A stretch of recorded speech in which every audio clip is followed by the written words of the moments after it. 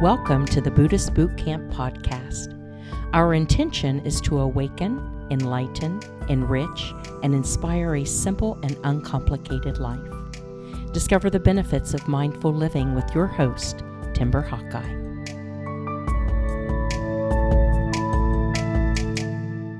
Today, I want to talk about the importance of diversity in our circle of friends so that we don't end up in a comfortable little bubble of familiarity where all of our beliefs, perspectives, and values are simply echoed back to us by everyone we know, everything we read, watch, or listen to, rather than constantly challenging ourselves to grow, evolve, and be inclusive instead of exclusive.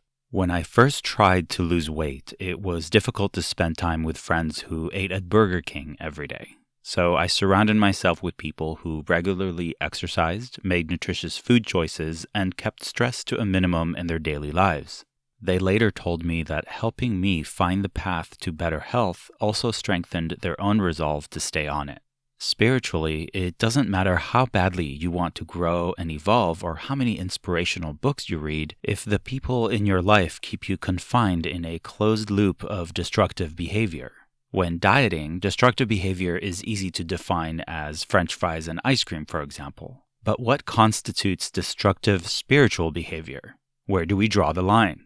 I've met people who struggle to make their mortgage payments but have a house full of crystals and Buddha statues. Hardcore activists with high blood pressure just one protest away from collapsing, and minimalists shaming other minimalists for not being minimalistic enough. True story. At its very core, Buddhism teaches the way to end our suffering is through right understanding, right thought, right speech, right action, right livelihood, right effort, right mindfulness, and right concentration. The problem I see with this common translation of right speech, right action, etc. is the implication that there is wrong action, wrong livelihood, and so on. Instead of right versus wrong, I personally prefer distinguishing between behavior that is conducive to end our suffering and behavior that is not.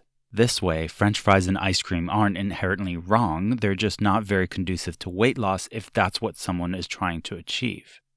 Now, it may sound like the same thing, but when curating a close group of friends for yourself, a sangha, if you would, a spiritual community, we can't just surround ourselves with like-minded people the way I did when dieting, because then we're not simply distinguishing between those who are conducive to our journey and those who may not be. We are literally pitting people against each other, right versus wrong. And we are to learn from our sangha and be supported by it.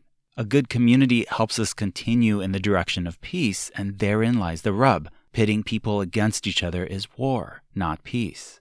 This is why activism is always on the edge between nonviolent protest and a riot. At some point, fighting for what we believe is right turns into fighting to prove that we are right. It switches from an altruistic endeavor to an egotistic one. And yes, the Buddha was an activist in that he actively encouraged people to think for themselves, but that is very different from telling people what to think. So don't cut people from your life the way I eliminated fried foods from my diet. Surround yourself with people who offer you a salad in one hand and a milkshake in the other, because strength comes from repeatedly and actively choosing what is conducive to your journey, not from living in the little bubble from which we've eliminated French fries. As it turns out, an exclusive echo box only seems like a good idea at the start, but is ultimately not very conducive to our growth.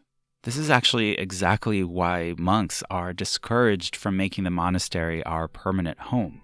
We are urged to go back into the world of chaos and hostility, which is where we can help other people find the path, thereby strengthening our own resolve to stay on it. So look around your close circle of friends, and if you don't feel inspired, maybe you don't have a close circle of friends, maybe what you have is an echo chamber that actually stunts your growth rather than promotes it. Timber Hawkeye is the best-selling author of Faithfully Religionless and Buddhist Boot Camp. For additional information, please visit BuddhistBootCamp.com, where you can order autographed books to support the Prison Library Project, watch Timber's inspiring TED Talk, and join our monthly mailing list. We hope you have enjoyed this episode and invite you to subscribe for more thought-provoking discussions. Thank you for being a soldier of peace in the army of love.